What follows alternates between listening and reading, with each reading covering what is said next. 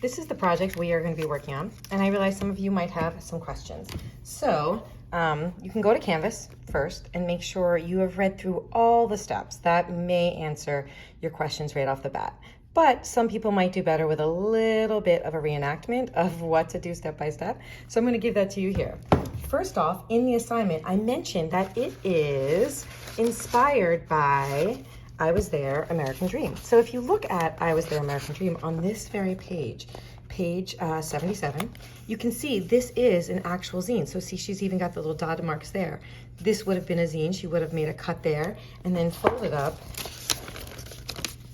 her zine in the same way that we fold up our zine. There's a little cut in the middle and folded it. So that's one of the things inspiring us. And you'll see how she used text, but she also uses images and she uses symbols. She makes outlines. She has all kinds of stuff. And on this page, the next page, it actually reminds you how to, where to make your cut and then how to fold your zine to make it work.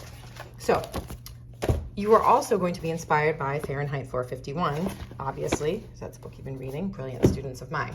And right here, we will see a little pamphlet on what is a zine. This is just a reminder in case you haven't done it in another class and you fell asleep when Malaka Gharib was speaking to us. You can look right here and see what is a zine.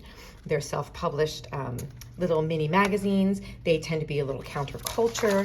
They use lots of visuals. These are some of the materials you will be needing to make them, and you're going to want to bring these to school.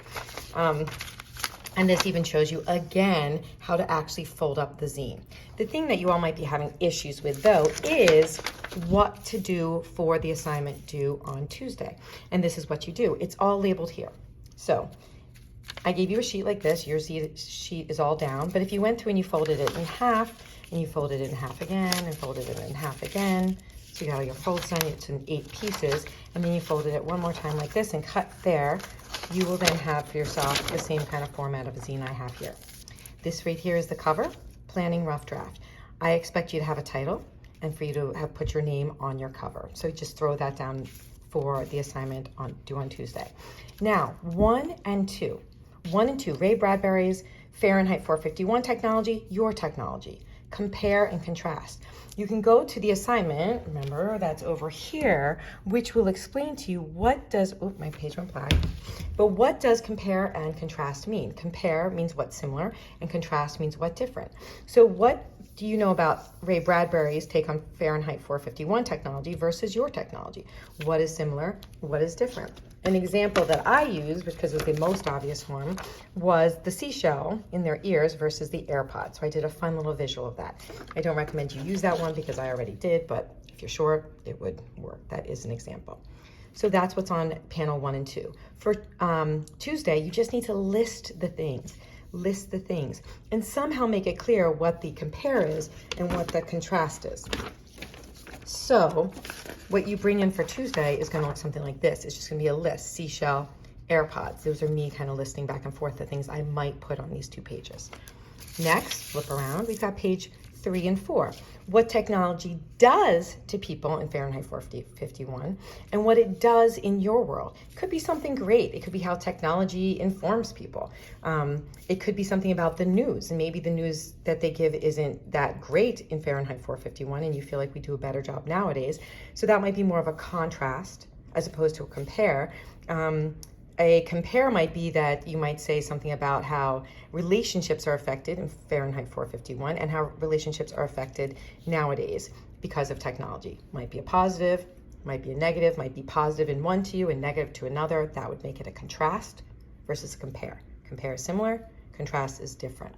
Okay, and then the last, and again, you're just gonna make a list of things. So in my version, I'm just gonna show it to you fast, so I'm not gonna be using mine, but here, dunk, dunk, I just make a list of words.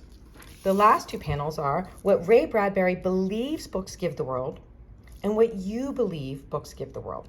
So the books are, he believes that they are, you could say, I'm going to give an example you can't use. Books don't decorate your house very much. They clutter, and we can say books decorate our house well. Obviously, that would be a foolish thing to put. But that would be a contrast, that they do 2 different things. Books. But really, I want you to go a bit more deeply into like what is in the books and what that does to us. What Ray Bradbury believes versus what you believe. Notice the you believe nowadays. And it's just going to be a list. The very last page is actually going to be the back cover of your book. And you are going to choose a book from, quote from Fahrenheit 451 that you believe sums up Ray Bradbury's take on technology. There's lots of quotes to choose from. And then on that back cover, I will also expect you to have a quote of your own. And that I didn't leave you much space to write them both here, but that's what will be on your final back cover. This is just your rough draft.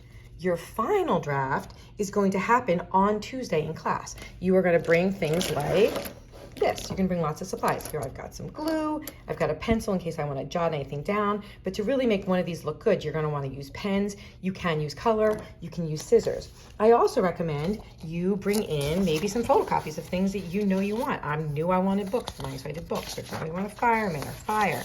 Whatever the imagery is you think you might need based on your list, you want to bring those to class.